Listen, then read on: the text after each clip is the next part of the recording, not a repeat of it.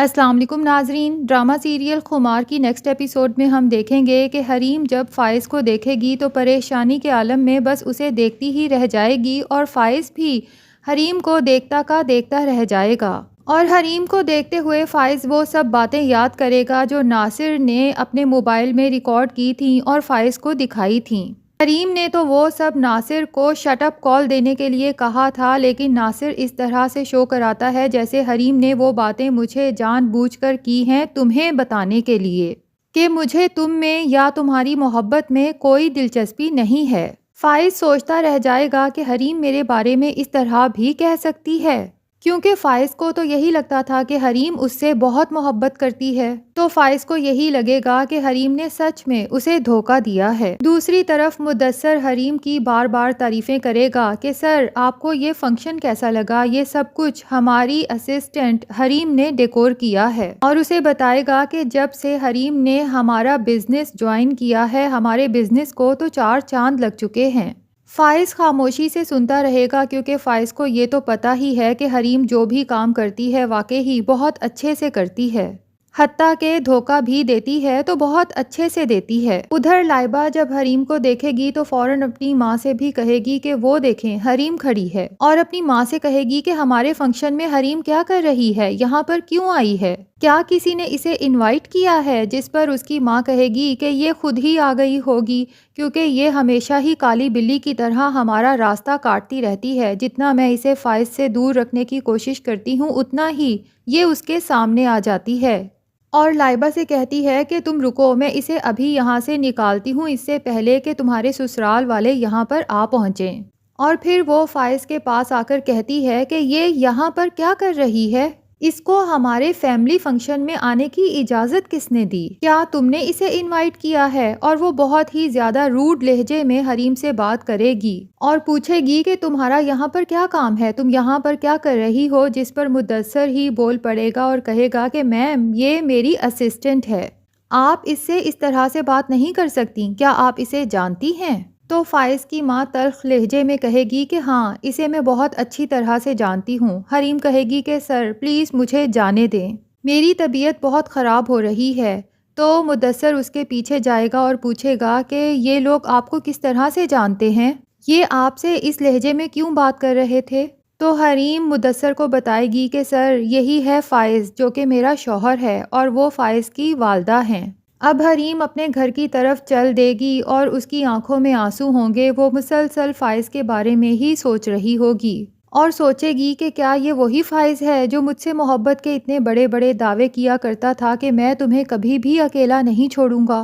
اور آج میں تنہا ہوں، آج اس کی والدہ نے مجھ سے اتنا کچھ کہہ دیا اور فائز نے کچھ بھی نہیں کہا، انہیں چپ بھی نہیں کروایا۔ کیا یہی تھی فائز کی محبت اسے کہتے ہیں کہ فائز نے مجھے میری صفائی میں کچھ بھی کہنے کا موقع نہیں دیا جب مجھ پر اتنے زیادہ الزام لگے، میں نے فائز کو 1000 دفعہ اپنی صفائی پیش کرنے کی کوشش کی اور کتنی منتیں کی تھیں کہ فائز ایک دفعہ تو میری بات سن لو، جو کچھ یہ لوگ کہہ رہے ہیں اس میں سے کچھ بھی سچ نہیں ہے۔ اور حریم یہ سب کچھ سوچتے ہوئے بہت ہی مشکل سے گھر پہنچتی ہے۔ خیر حریم جب ہال سے نکل جائے گی تو اس کی ساس اپنی بیٹی لائبہ کے پاس جا کر کہیں گی کہ شکر ہے کہ وہ یہاں سے دفع ہو گئی، اگر تمہاری ساس اسے دیکھ لیتی تو ہمیں کتنا کچھ برداشت کرنا پڑتا، کتنا کچھ سننا پڑتا۔ تمہیں تو پتہ ہی ہے کہ تمہاری ساس تو موقع کی تلاش میں رہتی ہے کہ ہمیں کچھ سنا سکے۔ اسی دوران میں لائبہ کے ان لاز بھی پہنچ جاتے ہیں اور لائبہ اپنے ہونے والے ہسبینڈ کو دیکھ کر بہت خوش ہوتی ہے کہ وہ دلہا کے روپ میں کتنا پیارا لگ رہا ہے،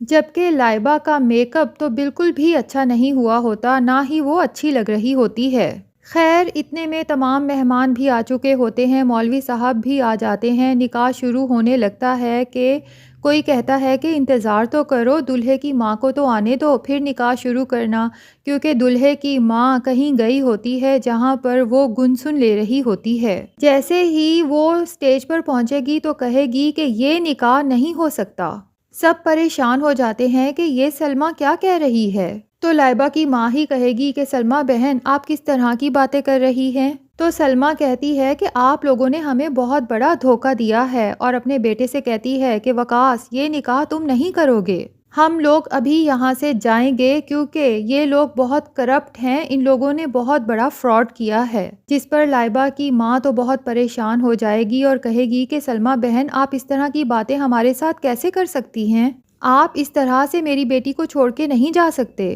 اور سوچے گی کہ ہم نے تو ہر کام ہر چیز ان کی پسند سے لی ہے تو پھر اب انہیں کیا تکلیف ہے؟ سارا خرچہ تو لائبہ کے پیرنٹس نے کیا تھا، لائبہ کے ان لاز والوں نے تو بس اپنی ڈیمانڈز بتا دی تھیں اور شاپنگ لسٹ تھما دی تھی، باقی خرچہ تو سارا لائبہ کی ماں ہی کرتی رہی ہے۔ اور اتنا خرچہ کروانے کے بعد، ان کا بینک بیلنس بالکل ختم کرنے کے بعد، اب یہ اس طرح سے یہاں سے ان کو بے عزت کر کے کیسے جا سکتے ہیں؟ اتنے میں یہاں پر پولیس بھی پہنچ جائے گی اور پولیس فائز کے فادر کو پکڑنے لگے گی، جس پر فائز پولیس کے ساتھ بحث کرے گا کہ آپ یہ کیا کر رہے ہیں، میرے باپ کو کیوں پکڑ رہے ہیں؟ تو پولیس بتائے گی کہ ہمارے پاس ان کے اریسٹ وارنٹ ہیں۔ اتنے میں پولیس والے فائز کے فادر کو پکڑ کر یہاں سے لے جائیں گے۔ فائز چیختا رہے گا، بولتا رہے گا، لیکن پولیس کہاں کسی کی سنتی ہے۔ بس وہ فائز کے فادر کو سب مہمانوں کے سامنے ہتھکڑیاں پہنائیں گے اور گھسیٹتے ہوئے وہاں سے لے جائیں گے۔ سلمیٰ اور اس کا بیٹا بھی ابھی یہیں کھڑا ہوتا ہے اور وہ دیکھ رہے ہوتے ہیں کہ پولیس کس طرح سے فائز کے فادر کو ذلیل کر کے وہاں سے گھسیٹ کر لے کر گئی ہے۔ خیر فائز اپنے فادر کے پیچھے دوڑتا ہے، باقی سب گیسٹ اپنے اپنے گھروں کو چلے جاتے ہیں اور لائبہ اور اس کی ماں تو بس دیکھتے ہی رہ جاتے ہیں کہ یہ ہمارے ساتھ ہوا کیا ہے۔ لائبہ تو غم سے بے ہوش ہو جائے گی جب وقاص اسے یوں چھوڑ کر چلا جائے گا، اور لائبہ کے لیے تو سچ میں حریم کالی بلی ہی نکلی، کیونکہ جب بھی وہ اس کے سامنے آتی ہے تو لائبہ کا فنکشن تو خراب ہو جاتا ہے۔ دوسری طرف ناصر جب گھر جاتا ہے تو بہت ہی پریشان ہوتا ہے اور بار بار سوچتا رہتا ہے کہ فائز نے میرے ساتھ کیا کیا۔ وہ مجھے مسجد لے گیا، میرے سامنے قرآن رکھا کہ میں اس پر ہاتھ رکھ کر قسم اٹھاؤں کہ اگر میں حریم کے بارے میں جو کچھ بول رہا ہوں وہ سچ ہے، اور مجھے قرآن پاک کو دیکھتے ہی کیسے چپ لگ گئی، میں کچھ بھی نہیں کہہ سکا۔ اور ناصر کا ضمیر بھی اسے ملامت کرے گا کہ اگر تم سچ میں حریم سے محبت کرتے تھے تو تم نے اسے اس طرح سے بدنام کیوں کیا؟ اور حریم نے تو تمہیں نہیں چھوڑا تھا، حریم تو تم سے شادی کرنے کے لیے تیار تھی، یہ تو تمہاری ماں تھی جس نے عین موقع پر نکاح سے انکار کر دیا تھا۔ حریم نے تو تمہارے پاس آ کر صرف یہی کہا تھا نا کہ میرے ماں باپ بہت غریب ہیں، ان کے پاس تمہیں دینے کے لیے کچھ بھی نہیں ہے، لیکن میری وفا تمہارے ساتھ ہوگی۔ تو ساری غلطی تو میری اور میری ماں کی ہے کہ ہم نے لالچ میں آ کر حریم سے بہت زیادہ جہیز کی ڈیمانڈ کر دی، جبکہ ہمیں پتہ بھی ہے کہ ان کے مالی حالات اس قابل نہیں ہیں۔ اگر اس وقت میں اپنی ماں کی باتوں میں آ کر لالچ نہ دکھاتا تو آج حریم میری زندگی میں ہوتی۔ اور میں کس عورت کا ساتھ دے رہا ہوں؟ فائز کی ماں کا، جس نے پہلے اپنا کام مجھ سے نکلوایا اور پھر میرے اوپر ہی قاتلانہ حملہ کروا دیا اور مجھے مزید دھمکی دے رہی ہے کہ تمہاری ایک ٹانگ تو چلی گئی، دوسری ٹانگ سے بھی جا سکتے ہو۔ تو ناصر کا ضمیر اسے ملامت کرے گا کہ تم نے جو کچھ بھی حریم کے ساتھ کیا وہ ٹھیک نہیں تھا،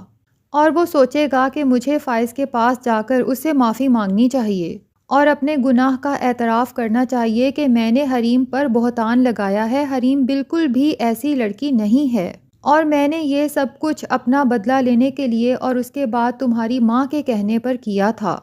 کیونکہ تمہاری ماں ہی یہ چاہتی تھی کہ حریم کو اتنا بدنام کر دیا جائے کہ فائز اسے اپنی زندگی سے نکال باہر کرے۔ تو ناظرین، آپ کو خمار کی نئی ایپیسوڈ کیسی لگی؟ کمنٹ سیکشن میں اپنی رائے کا اظہار ضرور کریں، اور اگر آپ نے ابھی تک ہمارے چینل کو سبسکرائب نہیں کیا تو پلیز چینل کو بھی سبسکرائب کر لیں۔